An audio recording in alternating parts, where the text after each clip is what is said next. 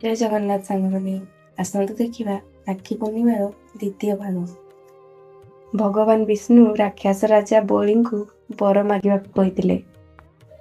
ରାକ୍ଷସ ରାଜା ବଳି ସେ ଭଗବାନଙ୍କର ସବୁବେଳେ ନିଜ ପାଖରେ ରହିବାକୁ ଇଚ୍ଛା କଲା।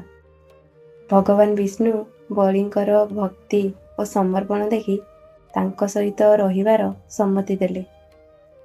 କିନ୍ତୁ ମହାଲକ୍ଷ୍ମୀ ଭଗବାନ ବିଷ୍ଣୁଙ୍କୁ ତାଙ୍କ ପାଖକୁ ଫେରାଇ ଆଣିବା ପାଇଁ ମହାରାଜା ବଳିଙ୍କ ପାଖକୁ ଗଲେ।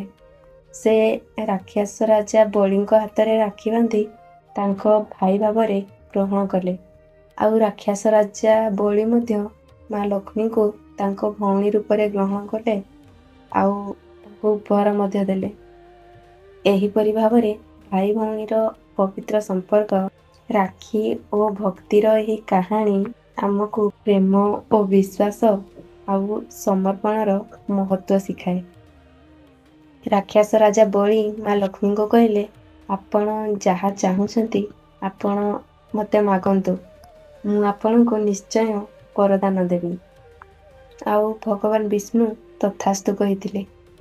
ସେହିଦିନଠାରୁ ଭଗବାନ ବିଷ୍ଣୁ ପାତାଳ ଲୋକରେ ରାକ୍ଷସ ରାଜା ବଳିଙ୍କ ସହିତ ରହିଲେ। ଭଗବାନ ବିଷ୍ଣୁଙ୍କୁ ନ ପାଇ ମାତା ଲକ୍ଷ୍ମୀ ବହୁତ ଦୁଃଖରେ ଥିଲେ। ସେହି ସମୟରେ ନାରଦ ମୁନି ପାତାଳ ଲୋକକୁ ଗଲେ ଆଉ ଦେଖିଲେ ମାତା ଲକ୍ଷ୍ମୀ ବହୁତ ଦୁଃଖରେ ଭାଙ୍ଗି ପଡ଼ି ବସିଛନ୍ତି।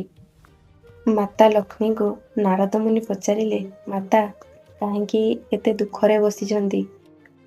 ମାତା ଲକ୍ଷ୍ମୀ କହିଲେ, ଭଗବାନ ବିଷ୍ଣୁ ପାତାଳ ଲୋକରେ ରାଜା ବଳିଙ୍କ ସହିତ ସେଇଠାରେ ରହୁଛନ୍ତି।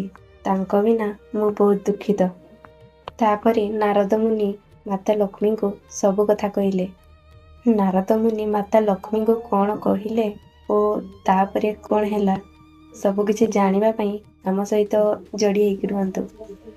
ଆଉ ଚ୍ୟାନେଲକୁ ସବସ୍କ୍ରାଇବ୍ କରିନିଅନ୍ତୁ। ଭିଡ଼ିଓଟିକୁ ଲାଇକ୍, କମେଣ୍ଟ, ସେୟାର କରିନିଅନ୍ତୁ। ରହିଲି, ଜୟ ଜଗନ୍ନାଥ।